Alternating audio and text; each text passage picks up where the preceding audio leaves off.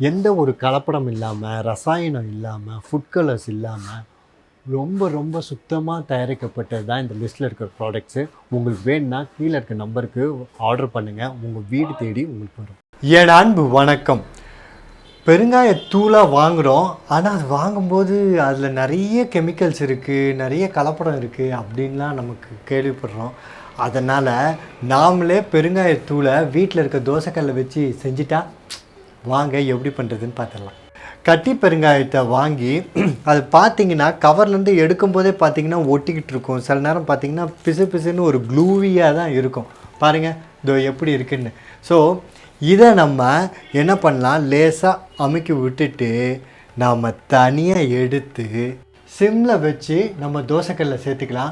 கண்டிப்பாக உங்களுக்கு இங்கே டவுட் வரும், நான் இதை போட்டு தோசை இதில் வருமானா? கண்டிப்பாக வரும். அதனால் நீங்கள் இதுக்காக இது போடுறேன்னு சொல்லி ஸ்பெஷலாக வாஷ் பண்ணணுன்ற அவசியம்லாம் எதுவுமே இல்லை. நீங்கள் கடைசியாக தோசை ஊற்றி வச்சதை அப்படியே நீங்கள் எடுத்து நீங்கள் இதில் போட ஆரம்பிச்சிடலாம்.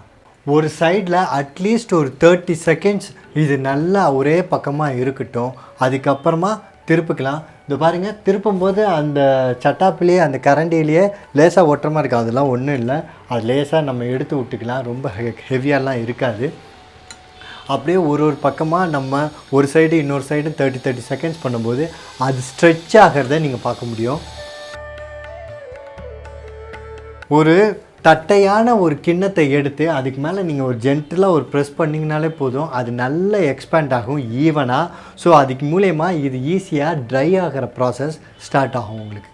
இப்படியே நம்ம அப்படியே பண்ணிகிட்டே இருக்கும்போது இது எக்ஸாக்டாக 3 to 4 minutes தான். இப்படி பண்ணிகிட்டே இருக்கும்போது அது நல்லா ட்ரை ப்ராசஸ் ஆகும்போது அப்படியே பப்ளியாக பூரி மாதிரி உப்பி வரும். நம்ம அப்படியே ப்ரெஸ் பண்ணி ஹோல் போட்டு அந்த ஸ்டீம் எல்லாத்தையும் எவாப்ரேட் பண்ணும்போது உள்ளேயும் அது ட்ரை ஆகிங் ப்ராசஸ்ஸு ஸ்டார்ட் ஆகும். அந்த மீன் டயத்தில் லேசாக இருக்கும்போது திருப்பி ஒரு வாட்டி நல்லா நீங்கள் ப்ரெஸ் பண்ணிங்கன்னா அப்படியே உள்ளே இருக்க அந்த சாஃப்டாக இருக்கிறதும் வெளியே ஊஸ் அவுட் ஆகும். அது மூலயமா சீக்கிரமாக ட்ரையிங் ப்ராசஸ் ஸ்டார்ட் ஆகும்.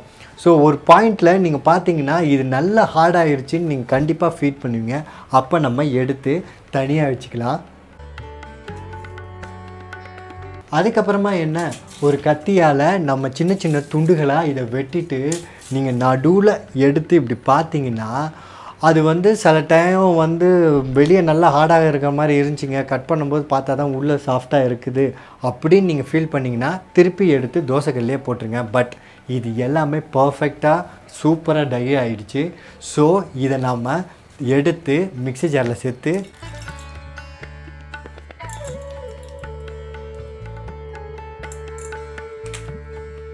இந்த மாதிரி நல்ல ஃபைன் பவுடராக நீங்கள் அரைச்சிட்டிங்கன்னா ஒரு சூப்பரான பெருங்காயத்தூள் உங்கள் வீட்லேயே நீங்களே எந்த ஒரு ரசாயனம் இல்லாமல் சூப்பராக பண்ணிட முடியும்.